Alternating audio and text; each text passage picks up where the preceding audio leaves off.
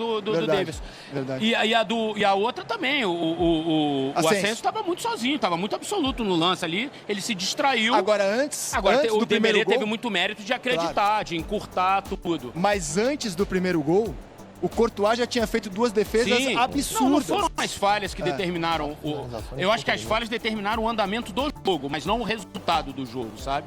E é isso, e o Courtois sai do campo como o melhor jogador do Real Madrid num baile levado contra o PSG, Joana e amigos. A gente montou, né, todo mundo, depois a gente vai mostrar aqui no programa a seleção da rodada de cada um. Eu botei o Courtois como meu goleiro, porque apesar de ter tomado 4 gols, ele evitou o pior. Evitou 7, 8. O tipo de defesa, a dificuldade... A minha religião não permite. Hã?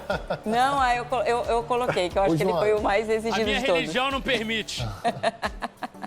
Posso só dar um pitaco em cima daquilo Claro. que o Rizek citou sobre a comparação da estratégia do Botafogo? Acho que esse assunto é muito legal da gente abordar, né? Porque... Eu só queria fazer sem te interromper. À vontade. O Rizek falou que recebeu mensagens de pessoas que trabalharam ali nesse plano. Eu também recebi, e eu recebi a seguinte frase: que o Real Madrid estava muito Botafogo Way no jogo. Então, eu tive a oportunidade, isso é legal. Talvez, não sei se a gente falou com a mesma pessoa ontem, mas eu conversei com o próprio Renato Paiva ontem, depois do jogo do Botafogo depois do jogo do Real Madrid contra o PSG, porque a minha sensação inicial do jogo, os primeiros 25 minutos até a parada técnica, foi de que o Real Madrid tentou, veja bem, tentou repetir a estratégia defensiva do Botafogo. Vou explicar. Entrou no 4-3-3, Botafogo e PSG. Qual era a proposta do Renato Paiva? Savarino, Igor Jesus e Arthur eram jogadores mais adiantados. Geralmente, quando você joga no 4-3-3, os pontas vão descer o campo para dobrar a marcação com os laterais. Você vai ter ponta lateral marcando, a trinca de meio campo centralizada e o outro ponta marcando pelo outro lado. Botafogo, quando o PSG, o Botafogo não fez isso. Savarino e Arthur desciam pelo centro do campo. Eles pressionavam a saída de bola. Eles forçavam a jogada aí para a lateral. Eles pressionavam o trio que inicia a jogada do PSG, de modo que o passe fosse lateralizado. Para eles poderem escapar com a bola. E aí, quando a bola batia por fora, eles desciam por dentro para fechar a linha de passe dos volantes do PSG. Trabalhavam mais sem a bola. Trabalhavam mais sem a bola. Primeira diferença está aí. Vini Júnior, Mbappé e Gonzalo Garcia não fizeram isso. Se você tem 3 jogadores que não fazem isso, você está defendendo com 7 automaticamente. Segundo ponto, o que o Botafogo fazia?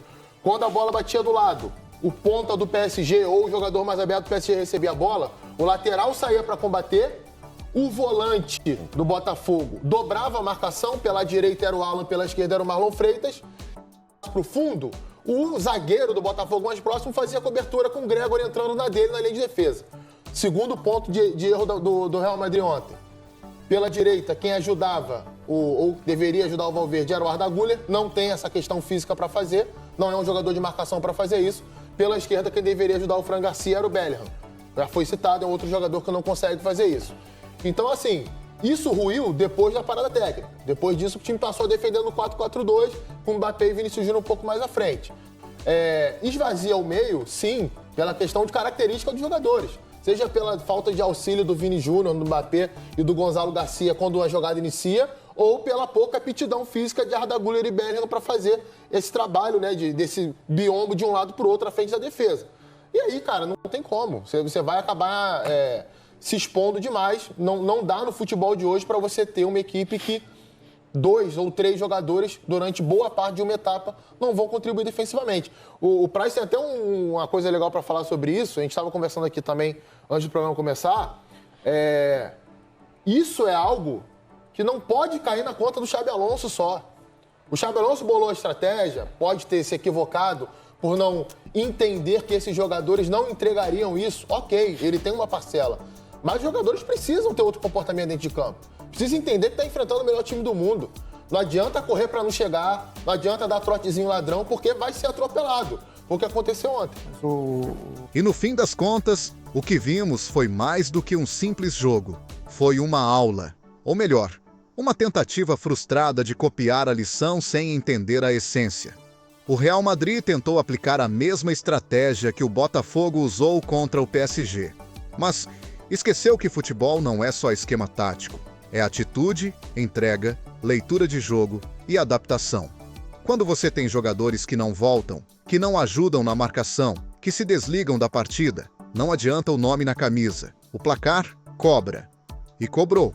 Enquanto isso, o Botafogo, tão criticado por muitos, mostrou um caminho.